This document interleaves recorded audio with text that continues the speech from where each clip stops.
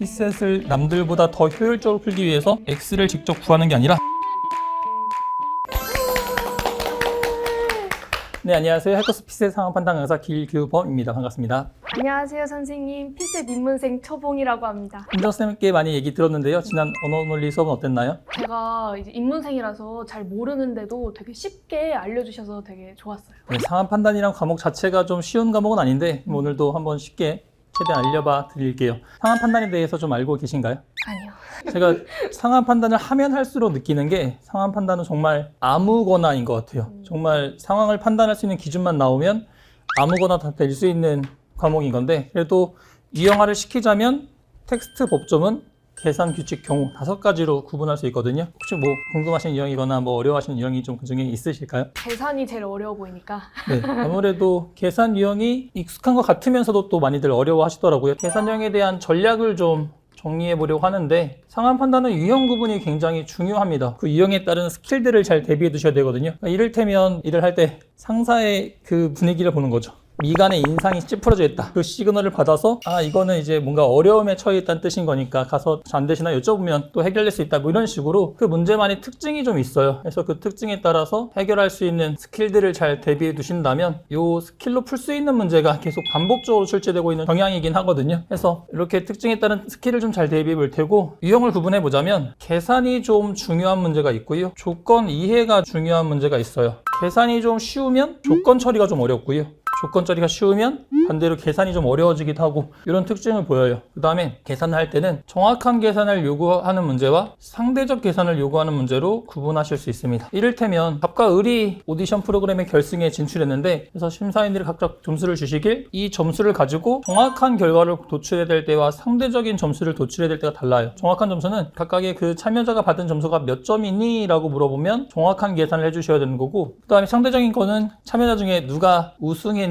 라고 물어보면 누가 더 높은지만, 점수가 더 높은지만 봐주시면 되기 때문에, 그래서 누가 우승했는지라고 물어보면 차이 B라고 말씀드리는데, 덧셈 과정에서 공통인 계산을 날려주는 겁니다. 이러면 바로 갑에 이겼구나 라고 해서 차이 나는 부분만 비교해서 계산하면 된단 말이죠. 그 다음에 조건 계산 같은 경우에는 뭐 최근에 점수 계산 문제가 좀 반복해서 나온다든지 조건 계산의 문제들도 계속 난도 있게 좀 출제되는 경향이 있거든요. 그래서 오늘은 조건 계산의 문제를 하나 가져와 보긴 했어요. 가장 최근에 실어졌던 5공국제 25년도 문제인 건데, 이런 문제를 푸실 때 학생분들이 가장 흔히 하시는 게 방정식을 세워 푸시는 거예요. 그런데 방정식 푸는 거는 상황 판단에서는 제가 생각하기엔 지양 하셔야 됩니다. 지향이 아니라 지양이거든요. 보면 개미는 매일 6g의 먹이를 먹어요. 근데 365일 중에 90일은 겨울이라서 이때는 먹이를 못 구하거든요. 그러면 365일이 구분되길 먹이 활동을 하는 날과 아닌 날이 있을 거고, 그러면 나머지를 빼실 때는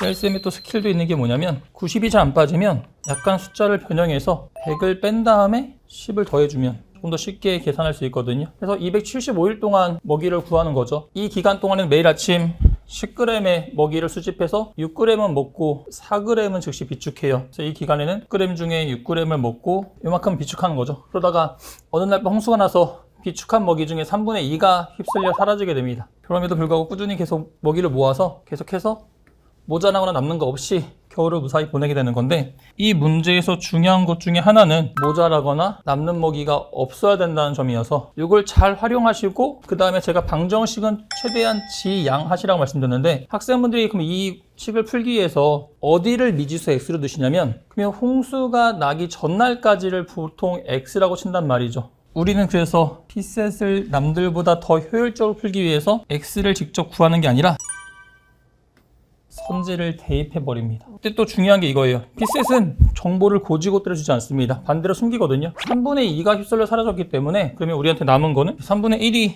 남게 되는 거죠. 언젠지 모르겠는데 홍수가 난 날이 선지에 있어요. 그리고 그 홍수가 난 날까지는 매일 우리는 4g씩을 하루에 모았겠죠. 그러다가 3분의 2가 사라졌다고 했지만 남은 양은 3분의 1이거든요. 그러니까 뭐냐면 3분의 1 나눴음에도 불구하고 정수가 되어야 돼요.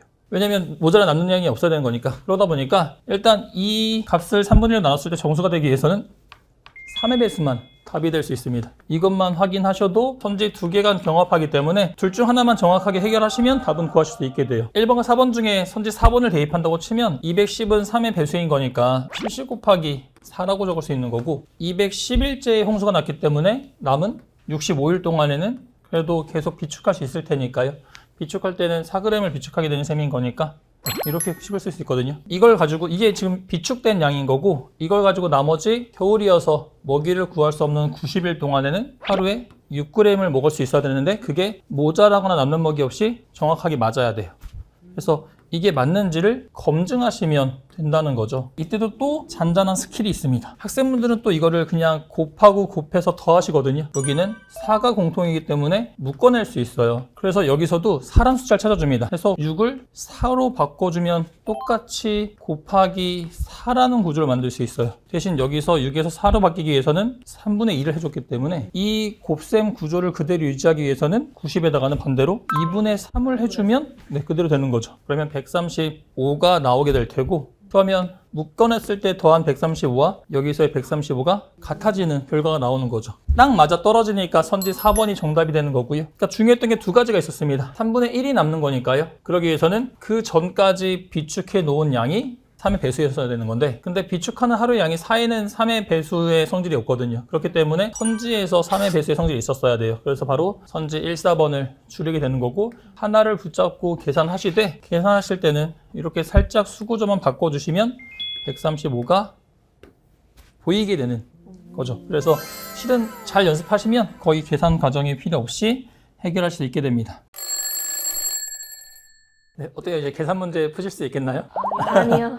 네, 한 문제만에 잘 풀기가 쉽지 않은데 이런 문제가 5급에서는 거의 해마다 출제되고 있어서 5급 기준으로는 20년에는 27번 문제로 나왔고요. 21년에는 26번 문제로 나왔고 23년에는 다시 7번 문제로 나왔고 24년에는 11번하고 31번 문제로 나왔고요. 25년에는 28번 문제로 출제돼서 약간 5급에서는 이게 변별력 있는 문제에 해당돼요. 학생분들 보통 방정식 세우려다가 좀 더 시간을 많이 잡아먹거든요. 피셋이 그 문제에 반복되는 출제 패턴을 알아두시면 좋다고 말씀드리는데 이런 식으로 해서 잘 준비해 두시면 더 좋을 테고요.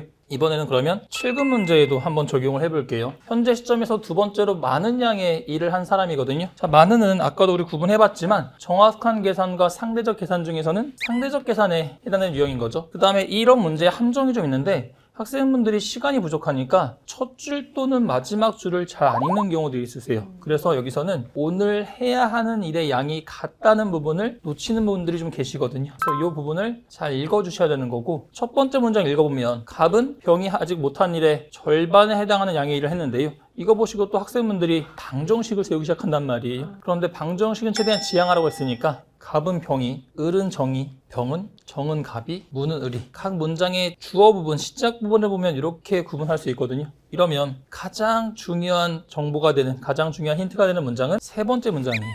왜냐면 나머지 문장들은 누군가와 누군가를 비교하는 문장인데 반해서 세 번째 문장에서는 병부터 시작하면서 병만 언급하고 있거든요. 그래서 여기서는 방정식을 세우려고 시도하지 마시고 세 번째 문장부터 시작을 해보면 병은 자신이 현재까지 했던 일의 절반의 일을 남겨놓고 있거든요. 많은 양의 일이고 상대적 계산이기 때문에 그 절대적인 값이 중요하지 않습니다. 해서 했던 일의 절반에 해당하는 일을 남겨놓다고 해서 한 일, 남은 일을 그냥 2대 1의 비율이라고 적어주시면 돼요. 총량은 3으로 고정되면서 모든 사람이 다 오늘 해야 되는 양의 일이 3으로 고정되는 거죠.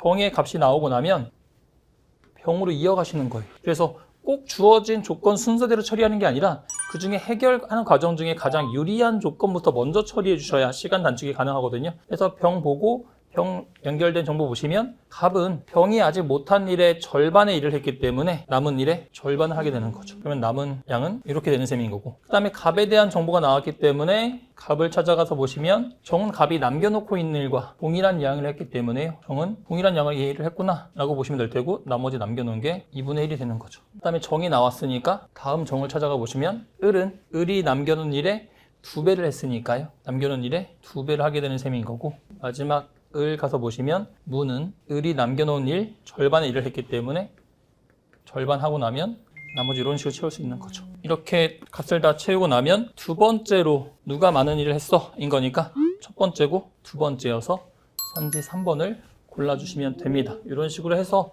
계속 뭔가 조건을 좀 순서를 바꿔본다든지 아니면 선지를 대입한다든지 이런 과정을 통해서 남들보다 빠르게 해결이 가능하실 거예요. 자, 그러면 이제 어느 정도 좀 하실 수 있으실까요? 되게 문제가 마법처럼 스르륵 풀려가지고 근데 뭔가 지금은 할 수 있을 것 같은 자신감이 있는데 한번 열심히 해보겠습니다. 맞습니다. 이게 딱 수업 듣고 나면 나도 금방 잘할 수 있다라고 생각하시는데 정말 이제 실력이 느는 거는 수업 듣고 난 다음부터예요. 이게 쉽게 풀리도록 반복해서 연습을 해주시는 게 더 중요한 거죠. 초봉이뿐만 아니라 다른 분들도 많이 연습해 주셨으면 좋겠습니다. 그럼 다음 시간에 만나뵙도록 하겠습니다. 감사합니다.